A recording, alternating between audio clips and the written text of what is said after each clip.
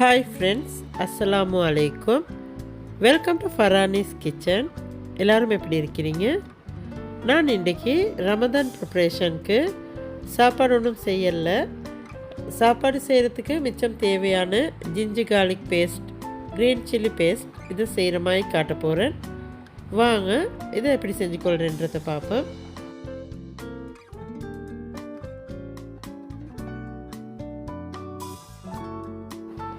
ஃபஸ்ட்டுக்கு நான் எங்களோட கார்லிக் பேஸ்ட்டை செஞ்சு கொள்கிறதுக்கு வெள்ளை வெங்காயம் கொஞ்சம் எடுத்து அதை உரித்து க்ளீன் பண்ணிக்கொள்ள போகிறேன். நான் வெள்ளை வெங்காயத்தை எடுத்து இப்படி கையால் கொஞ்சம் நெசுக்கி ஈஸியாக இப்படி எடுத்தோட உரிச்சிக்கொள்கிறேன். உங்களுக்கே பார்த்தா விலங்குதைக்கு கத்தி ஒன்றும் இல்லாமல் லேசியாக வெள்ளை வெங்காயம் உரிச்சிக்கொள்கிறதுக்கு நாங்கள் இப்படி எடுத்து டேபிளில் வச்சு கொஞ்சம் கையால் நெசுக்கினோமெண்டா பாருங்கள், உங்களுக்கே பார்த்தா விலங்கு தரைக்கு லேசியாக இதை கலட்டி கொள்ளையிலும். ஏழை கத்தி ஒன்றும் தேவைப்படாது இது உரிக்கிறதுக்கு. சும்மாவே இது கலண்டு தோலெல்லாம் வேறையாக வந்துடும். எங்களோட வெள்ளை வெங்காயமும் ஒன்றும் தவந்து இல்லாமல் சப்பையாகாமல் நல்லா பசுந்தாக இதை கலட்டி எடுத்துக்கொள்ளையிலும். வெள்ளை வெங்காயம் ஒன்றொன்றும் முழுசாக கலட்டி எடுத்துக்கொள்கிறதுக்கு எலுமாகும். நாங்கள் இந்த மெத்தடில் வெள்ளை வெங்காயம் முறிச்சோம்னா எங்களுக்கு 1 கிலோ வெள்ளை வெங்காயம் இருந்தாலும் 10-15 நிமிஷத்தில் உரித்து க்ளீன் பண்ணி எடுத்துக்கொள்ள எலுமாவும். ஏண்டா இப்படி உரிக்கிறது மிச்சம் ஈஸியான ஒரு மெத்தட். நீங்களும் செஞ்சு ட்ரை பண்ணி பாருங்கள், அப்போ உங்களுக்கே விளங்கும். இப்படி நான் எங்களோட வெள்ளை வெங்காயம் எல்லாத்துலேயும் தோல் உரித்து க்ளீன் பண்ணி எடுத்துக்கொள்ள போகிறேன்.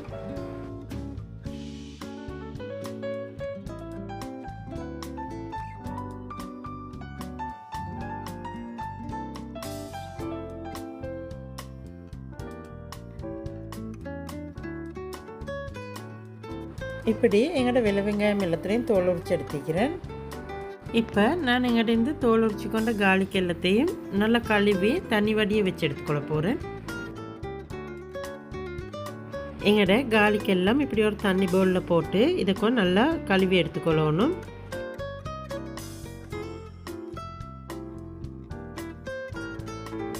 கார்லிக் எல்லாம் நல்லா கழுவி எடுத்துட்டு ஒரு ட்ரே ஒன்றுக்கு டிஷ்யூ பேப்பர் கொஞ்சம் சரி இல்லாட்டி கொட்டன் புடவை ஒன்று சரி போட்டு அதுக்கு மேலால் நாங்கள் கழுவிக்கொண்டு இந்த கார்லிக்கெல்லாம் போட்டு நல்லா தண்ணி வடியை வச்சு கொஞ்சம் காய வச்சு எடுத்துக்கொள்ள போகிறேன். நான் இப்படி டிஷ்யூ போட்ட ட்ரே ஒன்றில் எங்களோட கார்லிக்கெல்லாம் போட்டு தண்ணி வடியை வச்சுக்கிறேன். எங்களோட கார்லிக்கில் தண்ணியெல்லாம் வடிஞ்சு கொஞ்சம் நல்லா காஞ்சி வந்ததுக்கு போகிறோம் நாங்கள் பேஸ்ட் பண்ணுறேன் எப்படின்றதை பார்ப்போம். எங்களோட கார்லிக்கில் தண்ணி வடிஞ்சு ட்ரையாகி வரும் வரைக்கும் நான் இப்போ எங்களோட க்ரீன் சில்லியில் நெட்டியெல்லாம் உடைச்சி அதை கொஞ்சம் கழுவி க்ளீன் பண்ணி எடுத்துக்கொள்ள போகிறேன்.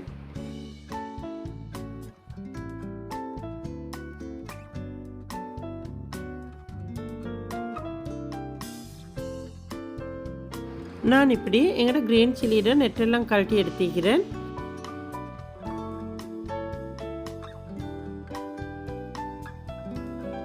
இப்போ நான் இதையும் கழுவி க்ளீன் பண்ணி எடுத்துக்கொள்ள போகிறேன்.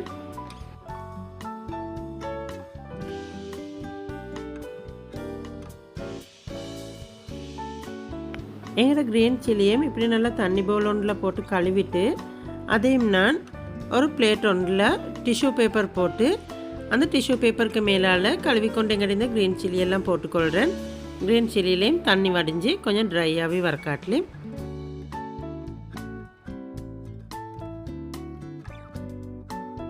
நான் இப்போ என்னோட க்ரீன் சில்லியிடையும் தண்ணி வடிஞ்சு ட்ரையாகவே வரும் வரைக்கும் ஜிஞ்சர் எல்லாம் க்ளீன் பண்ணி எடுத்துக்கொள்ள போகிறேன். இப்போ நான் எங்களோட ஜிஞ்சர் பேஸ்ட்டை செஞ்சு கொள்கிறதுக்கு ஒரு பவுலில் தண்ணி கொஞ்சம் ஊற்றி எங்கள்கிட்ட ஜிஞ்சர் பேஸ்ட்டை செஞ்சு கொள்கிறதுக்கு தேவையான அளவு ஜிஞ்சர் கொஞ்சம் எடுத்து இந்த தண்ணியில் ஊற வச்சு வச்சுக்கிறேன். 10-15 நிமிஷம் இப்படி தண்ணியில் ஊற வச்சு எங்கள்கிட்ட ஜிஞ்சரை நான் இப்போ இதில் தோல் எல்லாம் முறிச்சிட்டு இதை கழுவி க்ளீன் பண்ணிக்கொள்ள போகிறேன். எங்கள்கிட்ட பச்சஞ்சிட தோலை உரிச்சி கொள்கிறதுக்கு நான் இன்றைக்கி ஸ்டீல் கம்பி ஒன்று எடுத்துக்கிறேன். இந்த ஸ்டீல் கம்பியால் தான் நான் இதில் தோல் உரிச்சி க்ளீன் பண்ணிக்கொள்ள போகிறேன்.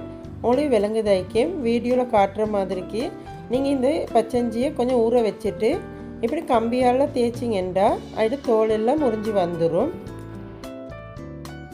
இது பச்சஞ்சிட தோலை ஈஸியாக கழட்டுற ஒரு மெத்தட். நீங்களும் செஞ்சு ட்ரை பண்ணி பாருங்கள். இது லேசியாக பச்சைஞ்சிட தோலெல்லாம் கழட்டி கொள்ளையிலும். நாங்கள் கத்தி ஒண்டால் இப்படி ஜிஞ்சரோட தோலெல்லாம் உரித்து க்ளீன் பண்ண போனோமெண்டா சில நேரத்துக்கு ஜிஞ்சர் வேஸ்ட் ஆகிற சான்சஸும் இருக்குது. ஆனால் நாங்கள் இந்த மெத்தடில் க்ளீன் பண்ணினோமெண்டா கொஞ்சமும் ஜிஞ்சர் வேஸ்ட் ஆகாமல் எங்களுக்கு க்ளீன் பண்ணி எடுத்துக்கொள்ளையிலுமாவும். எங்கள்ட இந்த ஜிஞ்சரை க்ளீன் பண்ண எடுத்துக்கிற ஸ்டீல் கம்பி வீட்டில் நீங்கள் யூஸ் பண்ணுறதை எடுக்க வேணும். அதுக்கெண்டு புதுசாக ஒன்று எடுத்து வேறையாக வைங்க. அப்போ உங்களுக்கு இந்த ஜிஞ்சர் எடுத்து க்ளீன் பண்ணுற நேரத்துக்கு ஒரே கம்பியால் க்ளீன் பண்ணி எடுத்துக்கொள்ளையிலுமாவும்.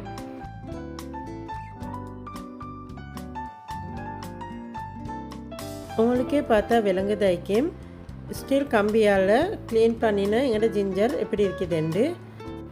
இந்த மாதிரி நான் எங்களோட மற்ற எல்லா ஜிஞ்சரையும் க்ளீன் பண்ணி எடுத்துக்கொள்ள போகிறேன்.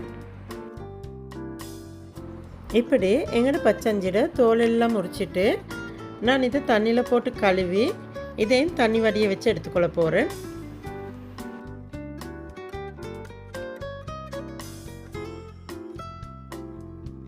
எங்களோட கழுவி கொண்ட பச்சஞ்சியை இப்படி டிஷ்யூ போட்டு ஒரு ட்ரே ஒன்றில் போட்டு அதையும் நான் தண்ணி வடியை வச்சு எடுத்துக்கொள்ள போகிறேன்.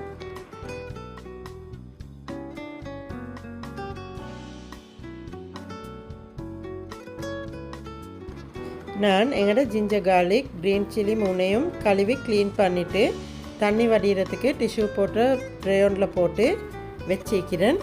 எங்களோட ஜிஞ்சர் கார்லிக் எல்லாம் தண்ணி வடிஞ்சு ட்ரையாகி வந்ததுக்கு போகிறோம். நாங்கள் எங்களோட இந்த ஜிஞ்சர் கார்லிக் பேஸ்ட் எப்படி செஞ்சுக்கொள்கிறேன்றதை பார்ப்போம்.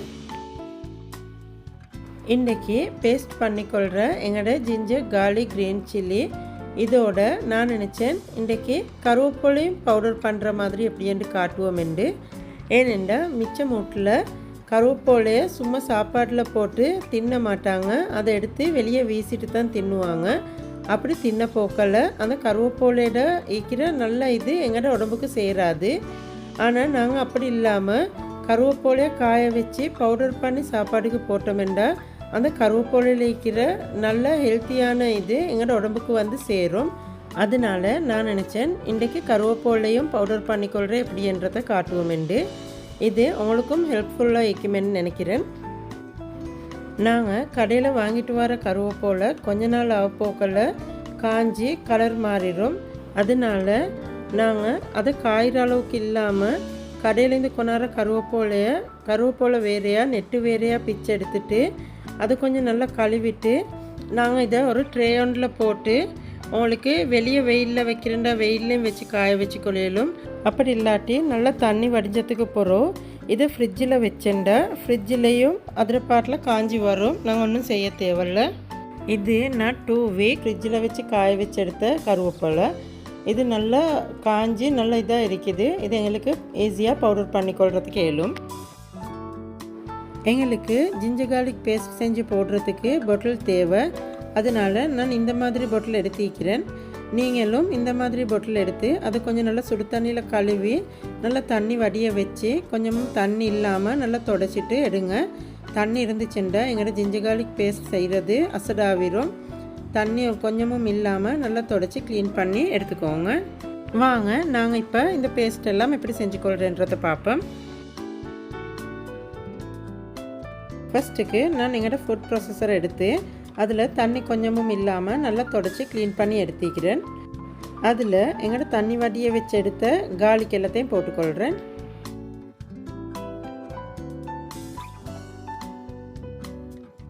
இப்படி எங்களோட கார்லிக் எல்லாத்தையும் போட்டுட்டு நான் ஃபுட் ப்ராசஸரை மூடி இதை வந்து பிளெண்ட் பண்ணி பேஸ்ட் பண்ணிக்கொள்ள போகிறேன்.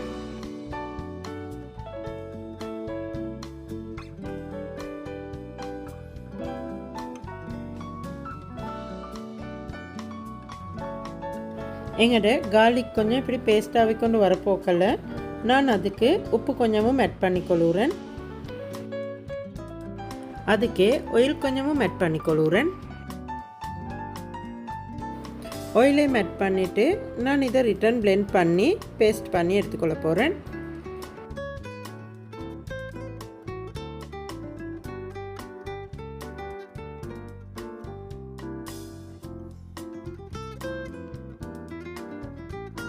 இப்போ உங்களுக்கே விலங்குதாய்க்கும் எங்களோட கார்லிக் நல்லா பேஸ்ட் ஆகிக்கு நான் பிளெண்டர் ஆஃப் பண்ணிவிட்டு இதை எடுத்துக்கொள்ள போகிறேன்.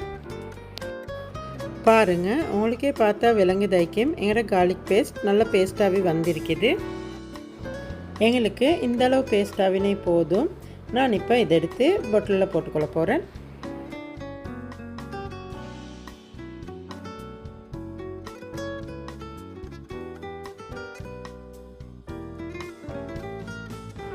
இப்படி செஞ்சு பாட்டிலில் போட்டுக்கொண்ட எங்கள்ட இந்த கார்லிக் பேஸ்ட்டை எங்களுக்கு ஃப்ரிட்ஜில் வச்சு 2-3 மாதம் சரி வச்சு யூஸ் பண்ணாலும் இது ஒன்றும் ஆகாது. இது நாங்கள் இப்போ ஃபரானிஸ் கிச்சனில் செஞ்சு கொண்ட கார்லிக் பேஸ்ட்.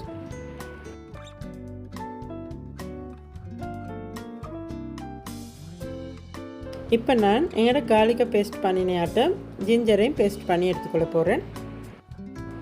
தண்ணி வடிய வச்சு கொண்ட எங்களோட ஜிஞ்சரையும் எடுத்து நான் ப்ரொசஸரில் போட்டுக்கொள்ள போகிறேன்.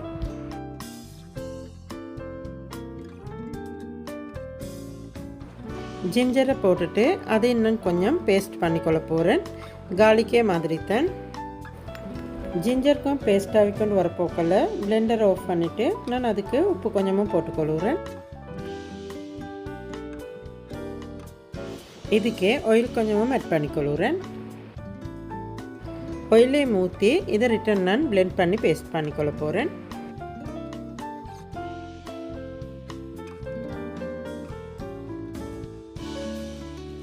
எங்களோட ஜிஞ்சர் இப்படி நல்லா பேஸ்ட்டாகி கொண்டு வரப்போக்கில் நான் பிளெண்டர் ஆஃப் பண்ணிவிட்டு இதை எடுத்துக்கொள்ள போகிறேன். உங்களுக்கே பார்த்தா விளங்குதாய்க்கும் எங்களோட ஜிஞ்சர் நல்லா பேஸ்ட்டாகவே வந்திருக்குது. இப்போ நான் இதையும் பட்டலோனில் போட்டுக்கொள்ள போகிறேன். மிச்சம் பேர் ஜிஞ்சர் கார்லிக் ரெண்டையும் ஒன்றுக்கு போட்டுத்தான் பேஸ்ட் பண்ணுவாங்க. நான் இன்றைக்கி ஜிஞ்சர் வேறையாக கார்லிக் வேறையாக பேஸ்ட் பண்ணுறேன். ஏனென்றால் நாங்கள் எல்லா சாப்பாடுக்கும் ஜிஞ்சர் கார்லிக் ரெண்டும் போடுறதுனால எங்களுக்கு ஒருமிக்க போட்டால் கஷ்டமாக இருக்கேன். அதனால நான் வேறு வேறையாக போட்டு செய்கிறத காட்டுறேன். ஜிஞ்சர் கார்லிக் ரெண்டுமே ஒரே மெத்தடில் தான் செய்கிறேன். எங்களுக்கு ஈஸியாக இதை செஞ்சு எடுத்துக்கொள்ளும். இது நாங்கள் செஞ்சு கொண்ட ஜிஞ்சர் பேஸ்ட். இதுவும் எங்களுக்கு ஃப்ரிட்ஜில் வச்சு கார்லிக் பேஸ்ட் மாதிரி 2-3 மந்த் வச்சு யூஸ் பண்ணிக்கொள்ளும்.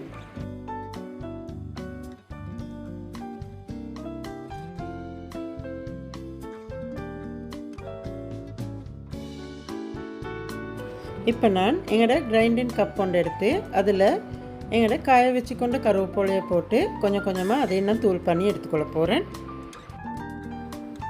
உங்களுக்கும் எங்கள்ட இந்த வீடியோ பிடிச்சிருந்துச்சுண்டா எங்களோட ஃபரானிஸ் கிச்சன் யூடியூப் சேனலுக்கு லைக் பண்ணுங்கள். அதோடு உங்களுக்கு தெரிஞ்சவங்களுக்கும் ஷேர் பண்ணுங்கள். அப்போ இந்த வீடியோ மற்றவங்களுக்கும் யூஸ்ஃபுல்லாகிக்கும். நாங்கள் இப்படி செஞ்சு வச்சுக்கொண்டா எங்களுக்கு நோன்பு நாளைக்கு மட்டும் இல்லை, மற்ற நாளைக்கும் குக் பண்ண போக்கில் மிச்சம் ஈஸியாக இருக்கும். நான் இன்றைக்கி ஜிஞ்சர் கார்லிக் பேஸ்ட் பண்ணுறதுக்கு எடுத்த ஜிஞ்சர் கார்லிக் அளவு செல்லலை.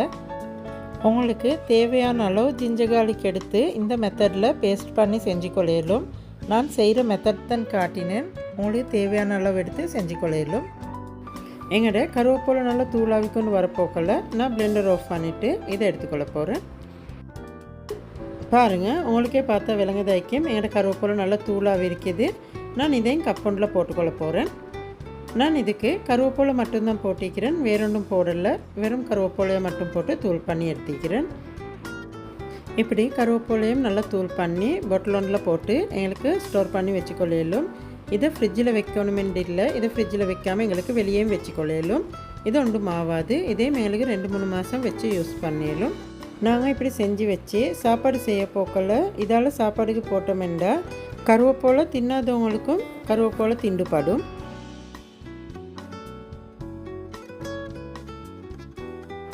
இப்போ நான் ஜிஞ்சர் கார்லிக் பேஸ்ட் பண்ணின மாதிரி கழுவி காய வச்சு கொண்ட எங்களது கொச்சிக்கவையும் போட்டு பேஸ்ட் பண்ணி எடுத்துக்கொள்ள போகிறேன்.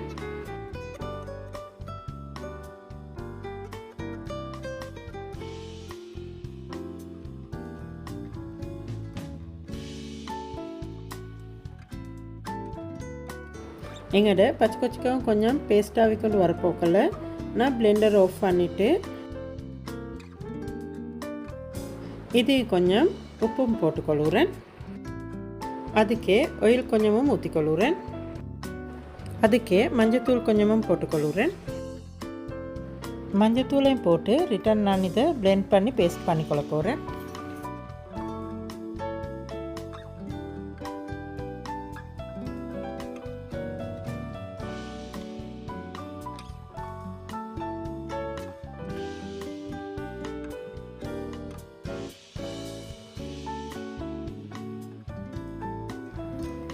பாருங்கள், இது நல்லா பேஸ்ட்டாகவே வந்திருக்குது. இப்படி பேஸ்ட் பண்ணிக்கொண்ட இந்த கொச்சிக்காய் பேஸ்ட்டை நான் பொட்டில் ஒன்றில் போட்டுக்கொள்ள போகிறேன்.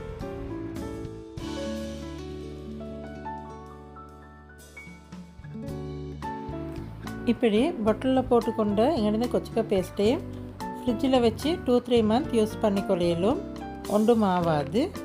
நீங்களும் செஞ்சு ட்ரை பண்ணி பாருங்கள், அப்போ உங்களுக்கும் விளங்கும்.